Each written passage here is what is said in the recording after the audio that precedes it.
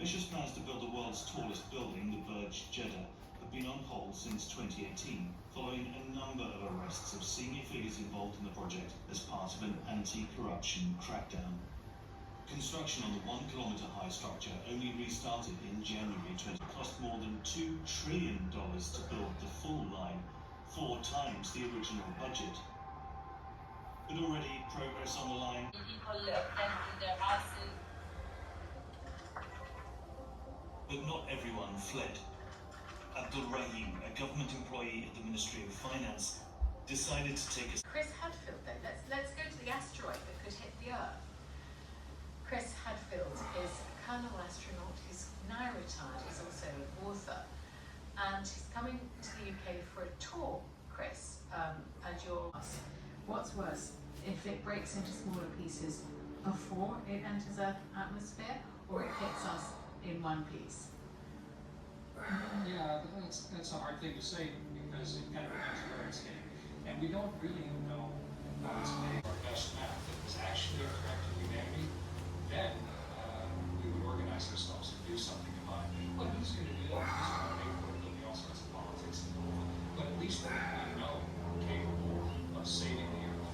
And that's one of the interesting benefits of the human space program. And we have the capacity to send up a prayer, whatever it is, and say that whatever happens.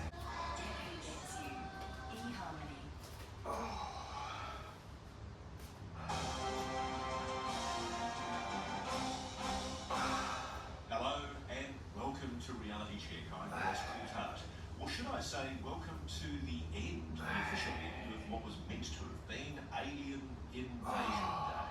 Yes, for weeks now on the internet there's been speculation that there was going to be some kind of alien collars. We know from intercepted military communications before they were digitised and encrypted when they realised that collars were being monitored.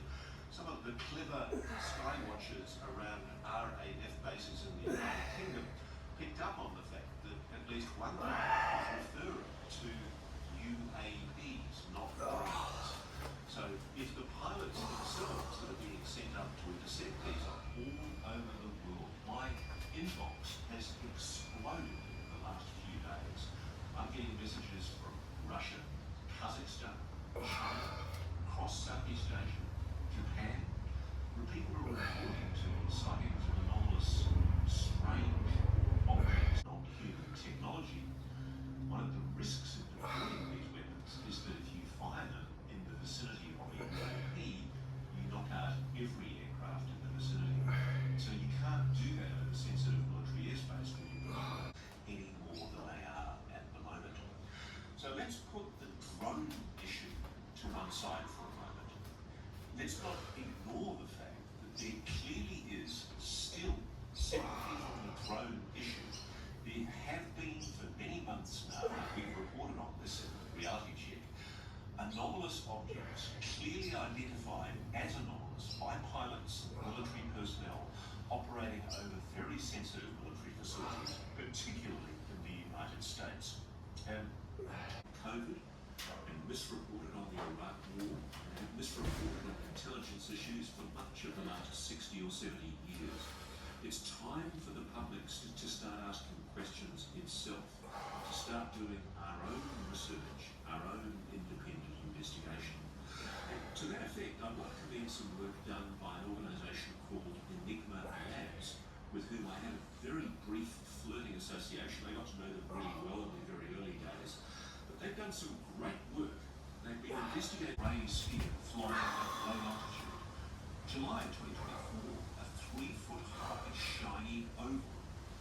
January 2024, a silver ball followed a plane. Several sightings also near Eglin Air Force Base, which we reported in Florida in the fall of 2024. Silent silver balls in formation. And again, June 12th, silent silver craft appears after a flash. Now, John and Jerry Tedesco, who carries on with this suppression in successive generations, who heads and operates this covert and secret organisation. Let me be on the level here and say that if you'd asked me that question 3 or 4 years ago, I would have thought you were a raving lunatic, a 10